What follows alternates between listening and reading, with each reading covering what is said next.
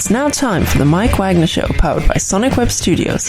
Visit online at sonicwebstudios.com for all your needs. The Mike Widener Show can be heard on Spreaker, Spotify, iHeartRadio, YouTube, iTunes, Anchor FM, Radio Public, and the MikeWidenerShow.com. Mike brings you great guests and interesting people from all across the globe. So sit back, relax, and enjoy another great episode of the Mike Widener Show.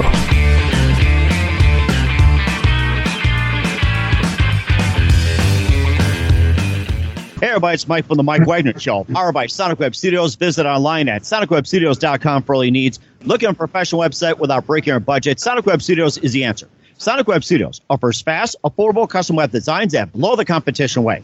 Call today at 1-800-303-3960. That's 1-800-303-3960. Or email to support@sonicwebstudios.com. Mention the Mike Widener Show. Get 10% off your first order. Sonic Web Studios. Take your image to the next level.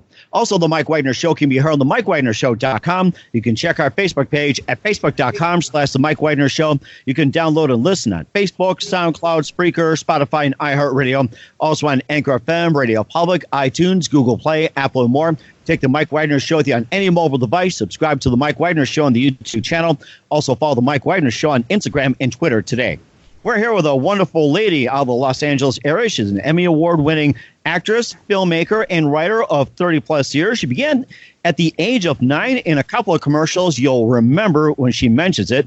She's also been in numerous TV series with Venice, Young and the Restless, Susie Effing Homemaker, All My Children, As the World Turns, Saint Elsewhere, and more.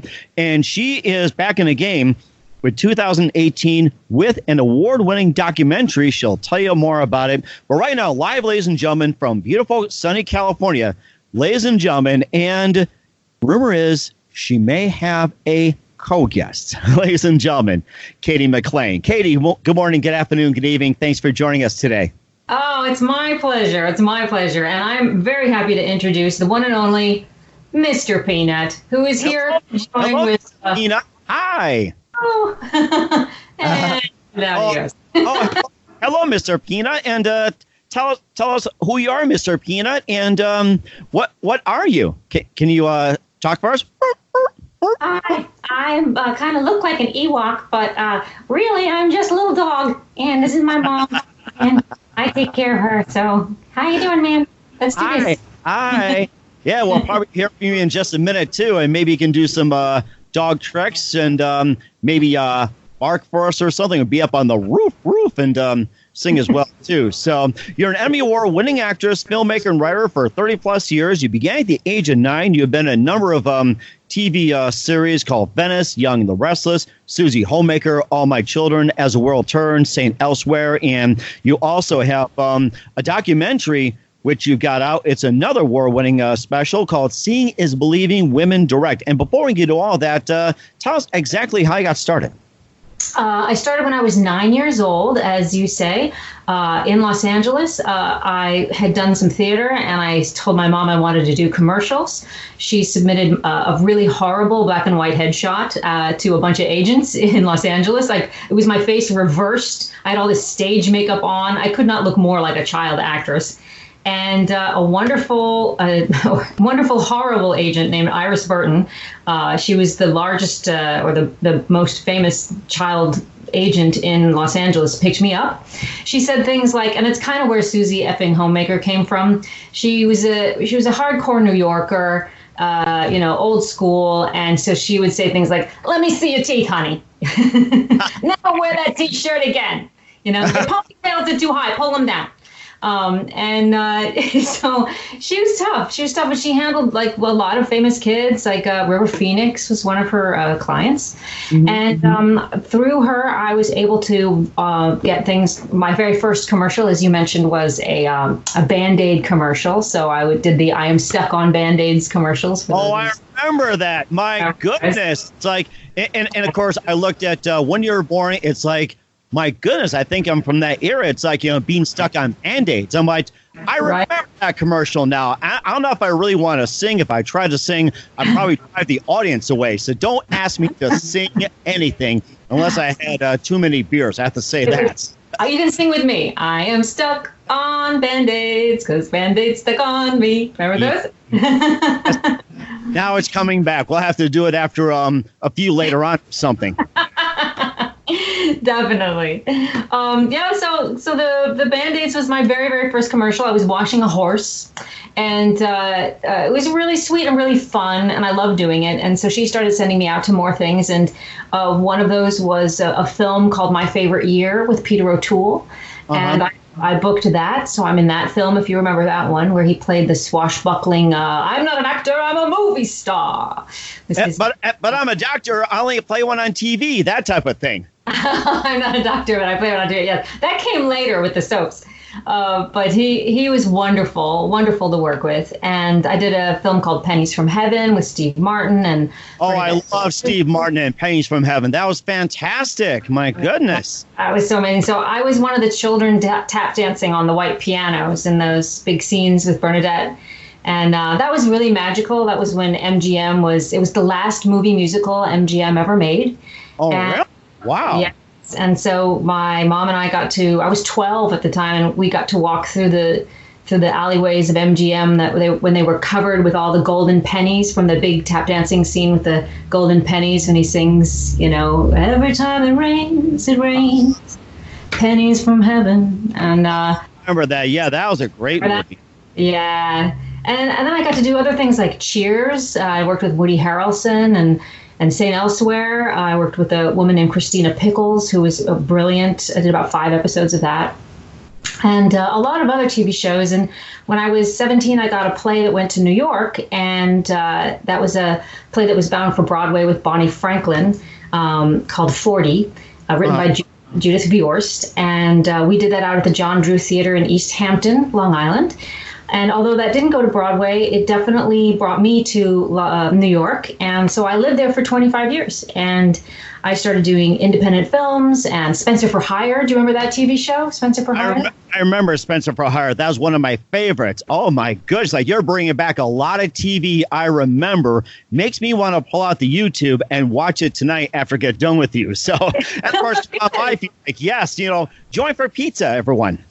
Yeah, I mean, there's some great television that's worth revisiting. They really amazing stuff, and I was just so proud to be able to be a part of that kind of golden age at that time. And then I booked All My Children when I was 19 in the late 80s, and I was on that show for quite some time, and won an Emmy and was nominated for a couple more times, and that was really special. I worked with a fellow named Michael Knight. We played characters called Tad and Dixie, and we were kind of a super couple in the early 90s for some time. And David Canary was another actor that we worked with who was wonderful, and Julia Barr. And it was again, another kind of golden age of daytime television. And then I went on to work on As the World Turns, and I did about 5 independent films during that time. Oh, wow. Okay. Yeah. One of the films, although it was never been released, and I'm really working on them to finally release it, it was nominated for what they call a Golden Starfish at the Hamptons International Film Festival. And it's one of those stories where you're like, what would my career be like if this film had ever been released? It was a great role in a beautiful independent film. But, so it goes. Mm-hmm. Yeah. And of course, you talked about All My Children as well, too. What's it like working with Susan Lucci? Susan is her own kind of world. It's she really developed a brand. She's one of the first, I think, women as actors who understood that she could turn herself into a business. And I think as a young woman watching that, I didn't quite know what I was seeing. But now as I'm older, I look back and I think, wow, that was really smart. She sold much more than just herself as an actor. She sold makeup and skincare and clothing. And she wrote a book about being Erica Kane. And she did TV movies. I remember, yes, Erica Kane, that's right. And she also made a lot of headlines, too, about she went on a 13, 14-year run without winning an Emmy and finally got it. It's like that was big news back then. Yes, it was. It was so funny. It was so funny. And, it was part of her story, and it was just really interesting to watch how that could be, I guess, kind of spun into more conversation about her. And she was smart. She was a very smart lady in that way to really utilize all of that. And of course, who are some of your favorite actors and actresses growing up during your day? Oh, you see, I was a PBS nerd. So I loved a lot of shows that came out of England, like Masterpiece Theater, or good one. Do you remember that? I love that. And we, of course, always binged Nicholas Nickleby, which would come on at Christmas time with Roger Rees. It was a big 13-hour live play, and I Claudius, which was filmed basically on a soundstage with flats, and the cameras would move around the flats. And I think those shows really influenced me later on when I became a director, and also working on soaps, because soaps has this proscenium, this fourth wall, much like a theater. You're looking at this sort of a theatrical type of space where the cameras can just move up and down this one aisle. And so it really relies a lot on the writing and on the acting, because it's not like film where you can do these grand shots. It's much simpler. But when I watched I Claudius, I saw how great acting could really compel an audience, and great storytelling could really compel an audience, and that made me feel great about being on the soaps when I was on them. Mm-hmm. And who are some of your favorite actors, growing up? You talk about with PBS, and which ones really stood out to you? Roger Rees, Judi Dench. I love Judi Dench. Yeah. Oh gosh. What's his name? I can't remember his name. Judi Dench is so great. Oh gosh, there's so many names. Derek Jacobi, the woman who played. They were all English actors, which is the funny thing. I always loved the English actors of that time, and one of the things that kind of became a problem when I was working in Los Angeles was because I didn't really know the famous Los Angeles movie stars. Oh my gosh. Isn't that strange? I've never really had them on my pedestal. Although I have great respect for and think she's amazing now. Looking back at Glenn Close, I mean, the work that she's done over her career is really phenomenal. The strength and the kind of woman that she has been able to portray over time, I think that it's really remarkable. And her talent is incredible. So thank you. That's amazing as well, too. We'll talk about your upcoming documentary, but first, listen to The Mike Widener Show at themikewidenershow.com, powered by Sonic Web Studios. Visit online at sonicwebstudios.com for all your needs. Look at a professional website without breaking your budget. Sonic Web Studios is the answer. Sonic Web Studios offers fast, affordable custom web designs at below the competition way.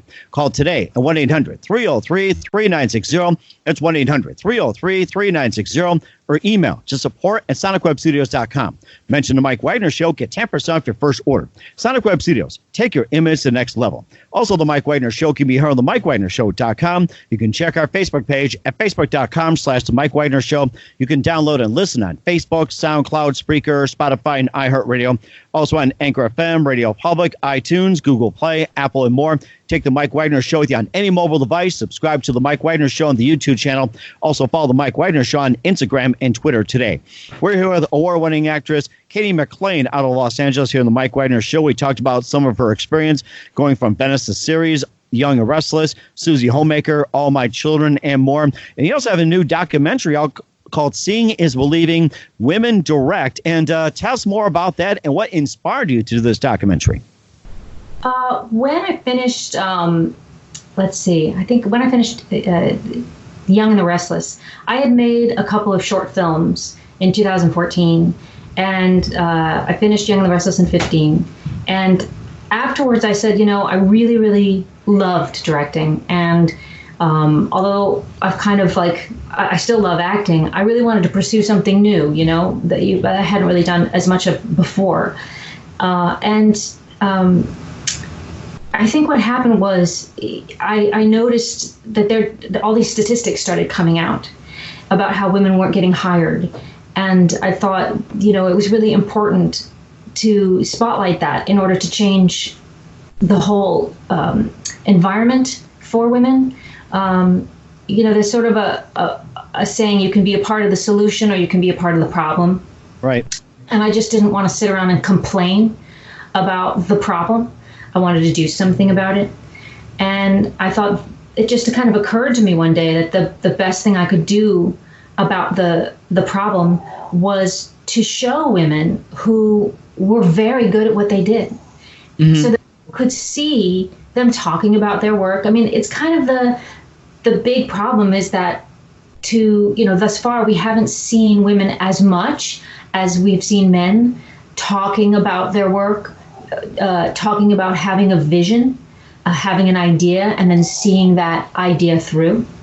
And so that's what I wanted to do. And I wanted to show women at different stages in their career. So anyone who, of any age, woman or man, who wanted to get into this filmmaking world could find someone. And there are men that I interviewed in the film as well. They're mostly producers, but they talk about the collaborative process and about leadership and how to be on set, and the best leadership that inspires the most creativity.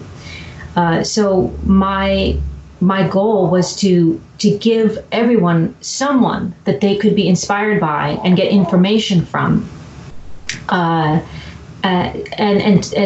then go out and make their own work. Mm-hmm. That's really the goal.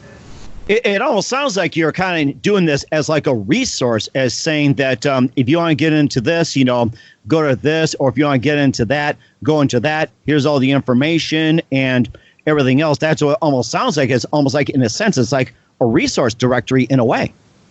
In a way, but it's the creative process is, I'm sure you know, like you get the seed of an idea, and then you have to figure out, just in terms of like, how do I make a podcast? What do I need? Who else has done it? How do I reach people?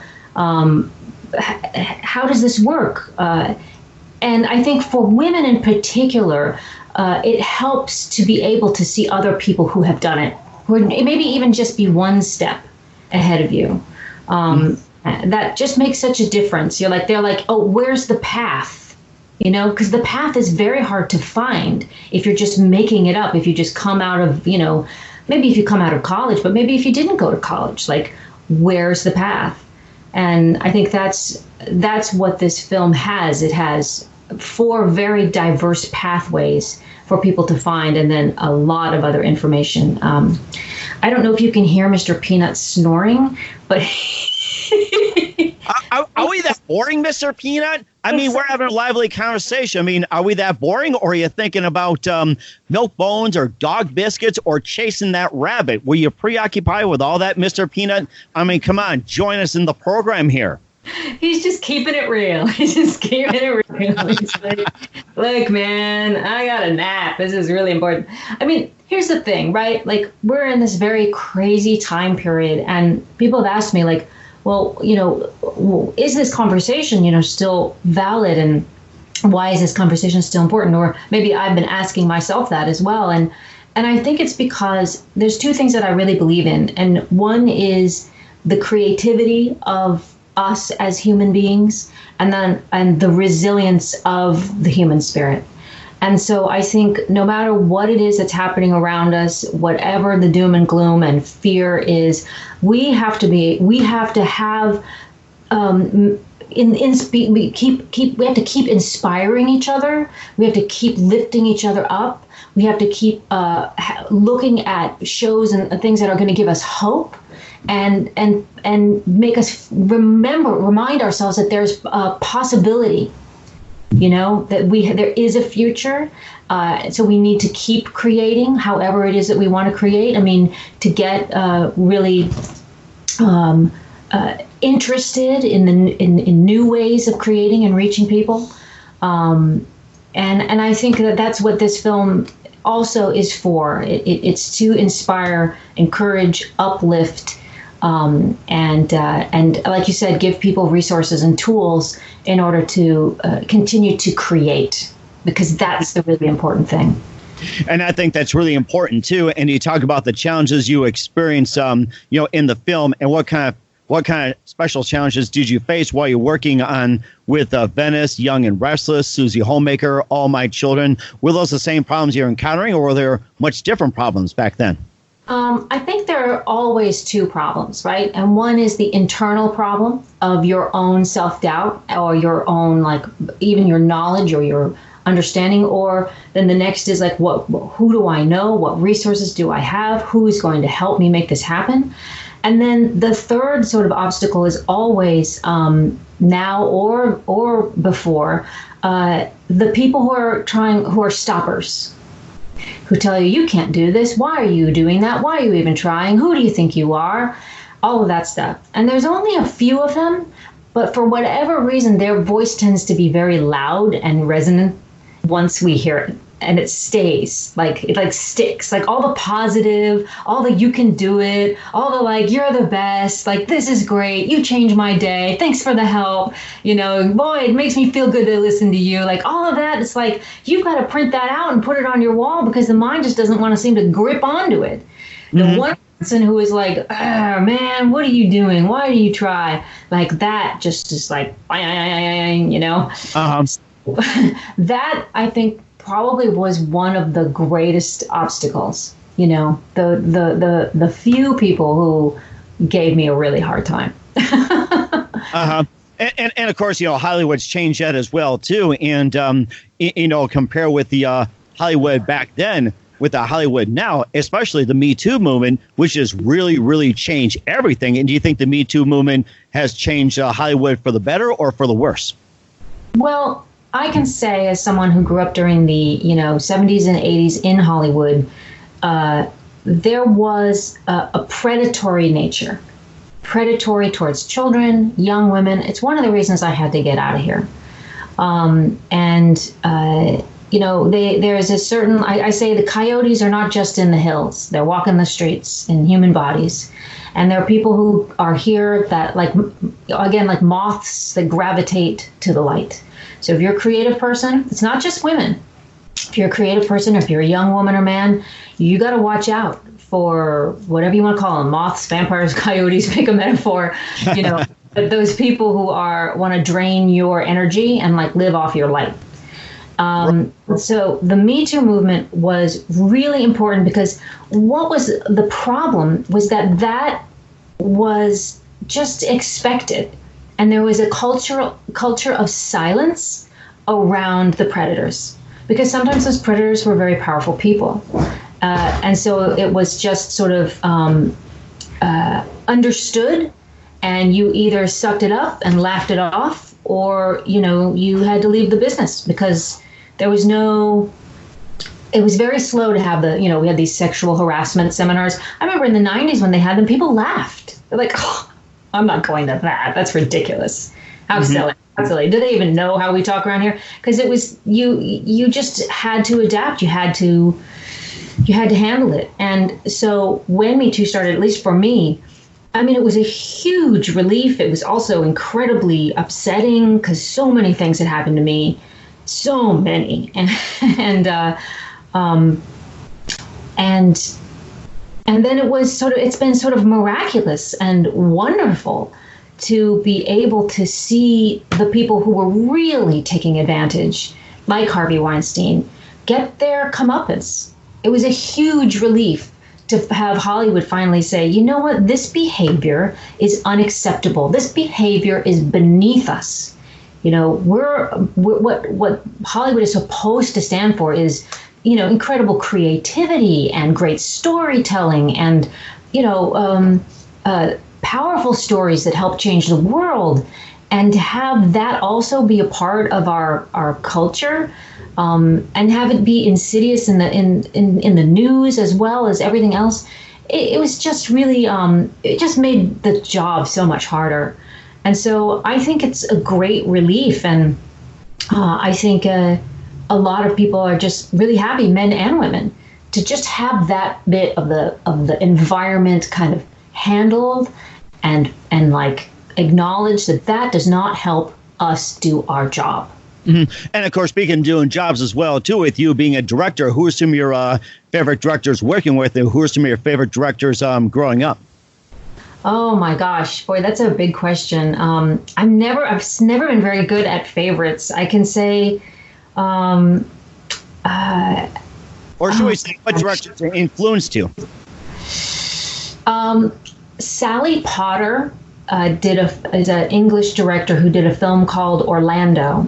And I will never forget seeing that film because it was a movie about a woman, about a soul who traveled through time, who sometimes was female and sometimes was male. And I remember watching that movie. That was fantastic. And I'm trying to remember the name of the actress, and she was on one of the Lord of the Rings. I can't remember the name right now. She was fantastic. Hold on. She is still great. She's works all the time. My husband is so good with these things. Of course, I Google Orlando and it comes up Orlando, Florida. Hi, Orlando, Florida. Thanks a lot. Not want to be right now, unless you're Mickey Mouse. I know, right? Oh my gosh. Cast. Who's this great actress? Tilda Swinton. That's the name. Yeah, she's fantastic. My gosh. And I think she was in another movie before that, and she was just amazing. She is so good. And everything she does is amazing. And she's an artist, you know? I mean, she really is an artist in her approach to her work and in the projects that she chooses. I think if she ever directed, she'd be an amazing director. She's just a very unique and interesting person. Yeah, I'm a great admirer of her. Yeah. And of course, we'll talk about what's coming up for 2020 for you as well, too. You listen to The Mike Widener Show at themikewidenershow.com, powered by Sonic Web Studios. Visit online at sonicwebstudios.com for all your needs. Looking for a professional website without breaking your budget? Sonic Web Studios is the answer. Sonic Web Studios offers fast, affordable custom web designs at below the competition rate. Call today at 1-800-303-3960. That's 1-800-303-3960. Or email to support@sonicwebstudios.com. Mention The Mike Widener Show. Get 10% off your first order. Sonic Web Studios. Take your image to the next level. Also, The Mike Widener Show can be heard on themikewidenershow.com. You can check our Facebook page at facebook.com/The Mike Widener Show. You can download and listen on Facebook, SoundCloud, Spreaker, Spotify, and iHeartRadio. Also on Anchor FM, Radio Public, iTunes, Google Play, Apple, and more.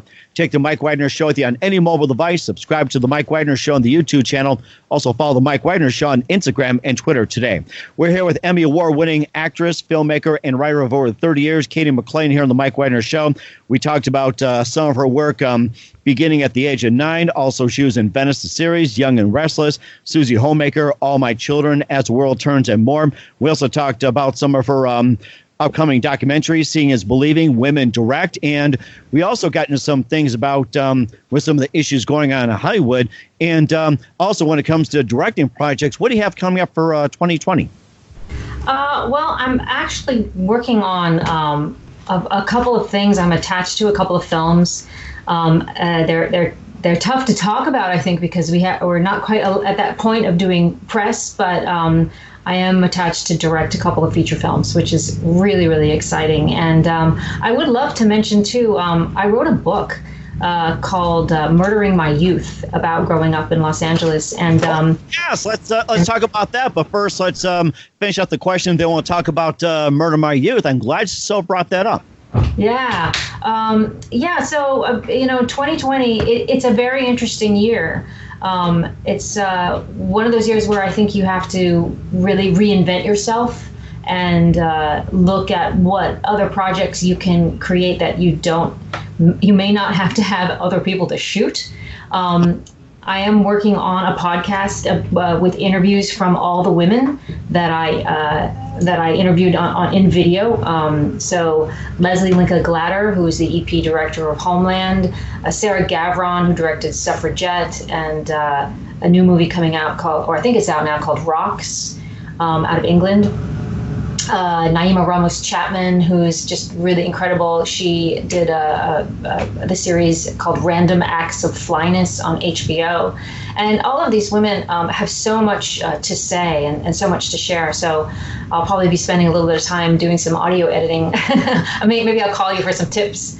Oh, nice. Okay. And what's the name of the podcast? Hearing is Believing. Hearing is Believing. Where can we find Hearing is Believing? Well, I'm still working on it, so I'll have to let you know. Just maybe check out the Seeing is Believing Women Direct website, and then you'll get the news there. Or on Twitter. I'm Cady McClain on Twitter. Yeah. Seeing is Believing and Hearing is Believing. And if you're hungry, Tasting is Believing, the brand new cooking show. What a good idea. idea. We should do that. I like that. Hey, anything is possible, thanks to the internet, social media, and of course with your filming projects as well, too. It seems like it's a lot easier nowadays to have it on Netflix or YouTube or Hulu or anything instead of having it the old way, like on ABC, CBS, and NBC. It seems like there's more outlets to present anyone's works, including yours.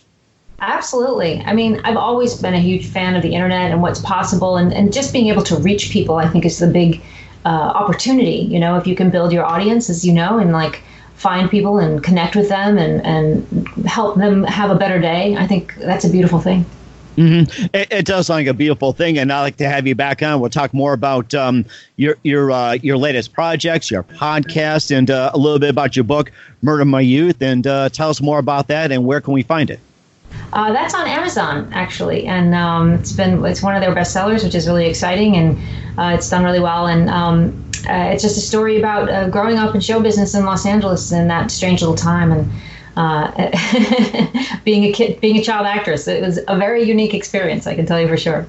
Mm-hmm. And of course, going back early as well, too, you were on Cheers and you were with Woody Harrelson. What's it like working with Woody Harrelson? And also Shelley Long was in there. And I'm trying to remember. And I think there was Kelsey Grammer was in that one. It's been a while since I watched it. Oh, and George Wendt, too. One of my favorites from Chicago. Oh, yeah. And Ted Danson. Danson, who could forget? That's my coffee. I know, right? So good. It was magical. I was 16 years old, and it was shooting at Paramount Studios. I saw Leonard Nimoy in The Commissary, which was so cool because I was a huge Star Trek fan, so I freaked out. Is he logical? He seemed very logical. He was directing at the time. I was like, wow. I didn't give him the hand sign though. I was like, dude, I don't want to do the hand sign. But no, he was very serious guy. But it was amazing. I mean, what an opportunity for a young woman, to come in and do an episode of that. So I played Coach's niece. You remember there was Coach. He was like sort of the main bartender there. Mm-hmm. His niece, Joyce Pantuso. And it was amazing. It was so much fun. Such nice people. Yeah, it sounds like a lot of fun in that show, too. And, of course, makes me want to have a beer. And every time I go into Cheers, where everyone knows your name, and I still remember that song. Everyone knows your name. That's right. That's right. And, of course, we talked about what's coming up in 2020 as well, too. And, just a couple of things here with Cady McClain here on the Mike Widener Show. We'd love to have you back on again soon. You're fantastic. What do you consider the we talked about some of the funny moments. And what would you say your funniest or most embarrassing moment you had on the screen or on TV? And it can be funny if you want. Oh, man. The most embarrassing moment was I was working with my husband. I'm married to a fellow. His name is John Lindstrom. He's an actor and a filmmaker and writer. And he and I met on the set of As the World Turns. And we were working together. And, I've been really working on this, but I do have an occasional problem with swearing. So. Oh, God. Gosh darn it. And so something happened, and I was like, oh, swear word. And he said, Cady, there's a church group here visiting, and they're on set across the hallway there, like, so behind the camera. So here's the set, here are the cameras, here are the kids. And I was oh my God. I was horrified. I'm like, holy crap, we got somebody here today. Exactly. I was like, I'm so sorry. Yeah, it was, they were all shocked. It was quite something. At least you got to experience what's on the set, too. And good thing the language did not air on TV as well, too. So I'm glad they must have edited out. So yeah, definitely. Cameras were not rolling. Thank God.